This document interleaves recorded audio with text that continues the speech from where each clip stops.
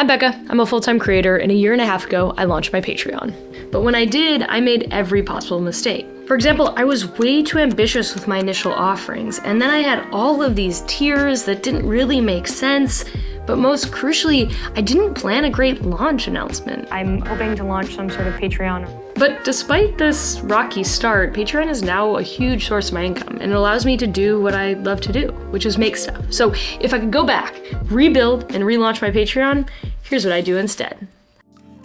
First, the obvious stuff. You need a profile photo. Make sure it's clearly and authentically you. Then a name and a byline. The byline is what will appear in search, so keep it short, but get some keywords in there.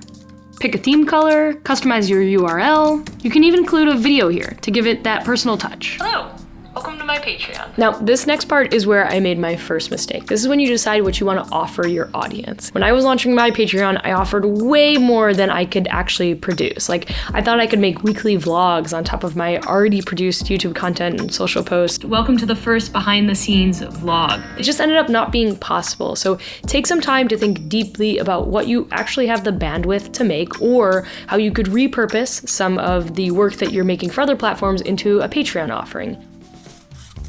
On Patreon, you can offer both free and paid tiered work. Now, the goal should be to move people into your paid tier, but free offerings allow you to showcase who you are and what you make. So for example, you might have a newsletter, standard podcast episodes, or previews of your exclusive work in your free tier.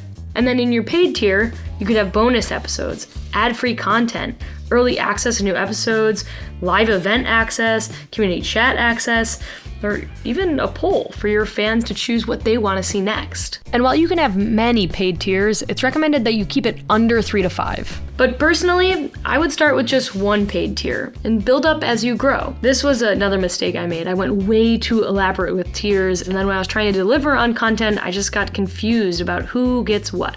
Next, pricing. Price smart, but don't sell yourself short. $5. This is a great place to start. You can always ask your fans what they want to see more of and maybe make a $10 tier down the road that accommodates those requests. Whatever you decide to offer though, just make sure that it's things that you can actually deliver on and things that you want to make. Then, once you got your tiers set,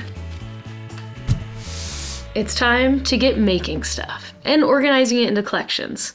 So for me, those include how-to videos, podcasts, ad-free videos. Got some of these, one of those, a couple of these. And then don't forget to set up your community chat. It's a great way to connect with your community in real time. Naturally, my community chat is a place to nerd out about cameras and tech. This next part is very important, and it is, again, where I made another mistake, and that's launch day. You see, when I told my audience about my Patreon, it wasn't ready yet. I just mentioned that I was working on it. Wrong. You want to make sure that when you announce something new to your fans, they can actually see it, engage with it, and hopefully become a part of it. So once your Patreon is all set up on the back end, make a launch plan that aligns with your usual posting rhythm. Your big reveal day or your launch day is by far the most important. You'll want to make a post or a video explaining what your Patreon is, what you have to offer, and include some incentives for joining, like a live stream or a limited time discount code to kind of stir up excitement. It's also important to explain why you're doing this now and what Patreon is. I like to say this, and in case you don't know, Patreon is a community platform where creators like me give fans like you exclusive access to work and experiences. Feel free to steal it, then share your Patreon everywhere. Wherever you post, wherever your fans are, make sure you reach them in some way. But know that once you launch, the work isn't over. This is when it's time to stay consistent and keep delivering on all of your promises. And don't forget to remind fans that for the most exclusive access to your work, they're going to want to join you on Patreon. This is also a good time to explore Patreon's new Discovery Network. It's called Quips, and it's a place to share quick thoughts and updates in front of your paywall. It's a new feature with the benefit being that your work will appear more widely on Patreon's Discovery feed, where it can be seen by your next potential superfans. And it's a great way to extend your reach.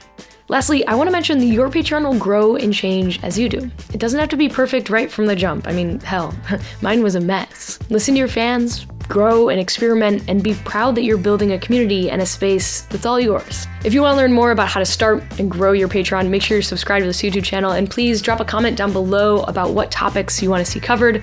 Also, you can check out Patreon for Creators, where there's tons of information just like this, and I've linked that down in the description as well. You got this.